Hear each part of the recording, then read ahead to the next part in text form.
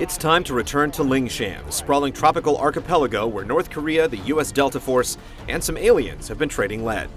This is the setting for Crysis Warhead. As a standalone expansion with Crysis Wars as a multiplayer component at $30, it seems like a tremendous value. Does it go atomic, or is it a bomb?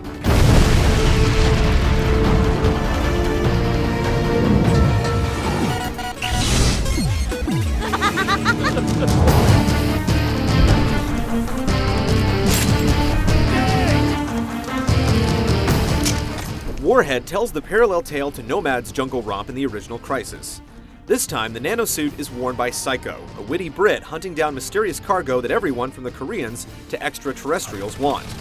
The story still leaves the bigger mystery of Crysis, namely the aliens, up in the air. Nomad's plights come through the radio chatter on occasion, while there's also a more sentimental backstory told via audio-only flashbacks between Psycho and a pilot. But this isn't Brokeback Lingshan Island, and the sappy story doesn't take. Though new third-person cinemas help extol the action, Psycho's chronicle is less engaging and epic than the original. Yankee 새끼들. I'm British, puppet.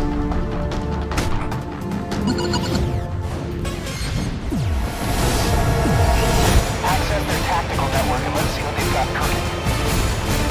I've detected the Korean nomad. Psycho's journey takes a page from the "if it's not broke, don't fix it, but add some more guns" book. The nanosuit still allows for a variety of playstyles with speed, shields, stealth, and strength all begging to be picked for the next battle. Objectives still primarily consist of getting to a designated point any way you want. There are more choke points and linear stopgaps to tackle, though you can still handle the tackling with the tactics of your choosing. Surprisingly, some of the on-rail segments actually stand out from the sprawling sandbox wilderness, with clever takes on some classic cliches. Others are just as formulaic as ever. What the hell? As an expansion, the game is also a lot shorter than the original. We finished in under 5 hours, but imaginative AI and difficulty levels add some legs to the single player. While Crysis Wars packs a ton of maps, the power struggle strategic team mode, and team deathmatch, which was curiously missing from the original. There are a few new weapons, but the short length stunts the overall experience.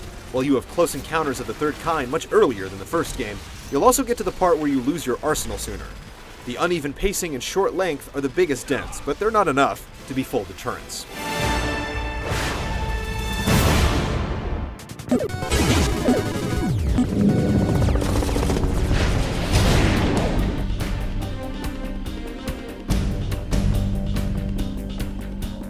While the overarching journey may be diminished, getting there is way more than half the fun.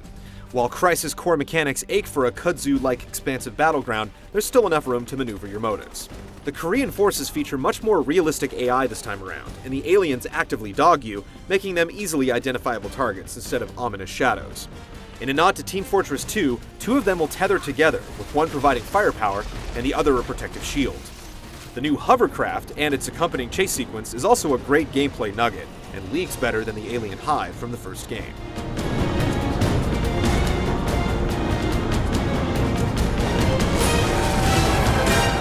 The nanosuit is still the star though. Some escort and stand your ground missions will have you juggling the suit's full array of powers as Psycho struggles for survival. The game does a good job of not playing to the suit, but asking you to use the suit to play the game. This sort of emergent ellipsis of play is appreciated.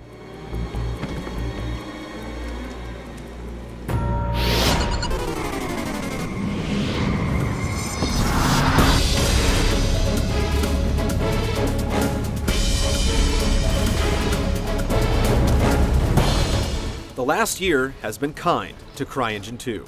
It runs better and looks better, with tight physics and animation. Not that the occasional floating corpse doesn't haunt the landscape. Pop-in, draw distance, and the whole litany of graphical benchmarks are dependent on the machine that's running it. Unlike the original when it was released, Warhead has no problem being played on a run-of-the-mill rig, while still looking stunning. Multiplayer is less consistent, depending on the amount of players and variables swarming the server. The musical score is great, really accenting the action. The new in-game cinemas may seem like an odd choice, but they're done well, and as fun to watch as any action movie. Though it does have a bit of the Metal Gear syndrome, where we're constantly asking ourselves why we can't play these amazing scenes instead of watching them.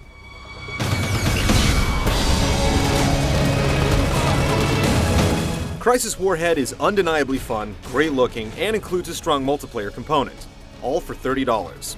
It's also short and has some awkward pacing. You're really getting your money's worth from the multiplayer, and if you can run it on the enthusiast settings, you'll have a great time just watching your machine get a workout.